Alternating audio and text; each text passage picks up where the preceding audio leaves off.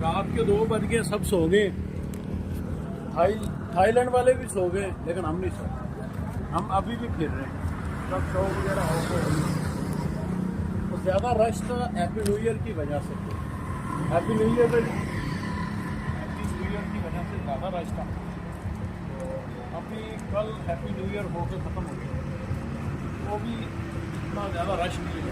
कल के रिस्पॉन्स कम है। और कल टाइम की जो है वो लाइनें लगी हुई है।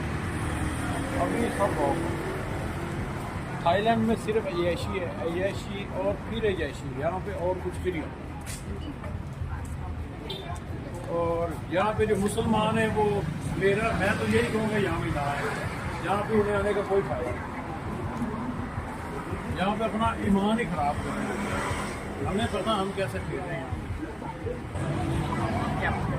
यहाँ पे जो है मुसलमान को तो नहीं आना चाहिए, खासकर थाईलैंड में। ये हमारे लिए नहीं है, मुसलमानों के लिए ये थाईलैंड नहीं है। यहाँ पे देखिए सब गोरे जो है वो जैसी करने के लिए आते हैं। शराब आम मिलती है यहाँ पे। बुरे काम जो है वो सस्ते हैं, वो आपको ऑलमोस्ट ऐसे करें फ्री में मिल जाते हैं। और जो अच्छा काम तो जब है ही नहीं। जब खाना कर ले, खाना मिल जाए, लाल फूड ही नहीं आपको मिलेगा जल्दी। अगर आपको मिलेगा तो महंगा मिलेगा,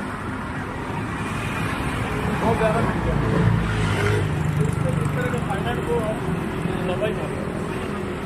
थाईलैंड ना बताया और कोई मुस्लिम कंट्री, अगर आपने ट्रैवल हिस्ट्री बनानी है तो मुस्लिम कंट्री है। वही जब जैसे कि वो बताया यहाँ पे ये देखिए, मेरे पीछे आप देख रहे होंगे बार चल रहा है, शराब चल रही है। और ये यहाँ पे कोई रोकथाम नहीं है किसी किस्म की, किसी को भी। जो किसी का दिल करे वो करे। हमारे यहाँ पे आए हुए हैं पाकिस्तानी, बाहर ही नहीं निकलते ज़्यादातर। और निकलेंगे भी तो बाहर करेंगे क्या?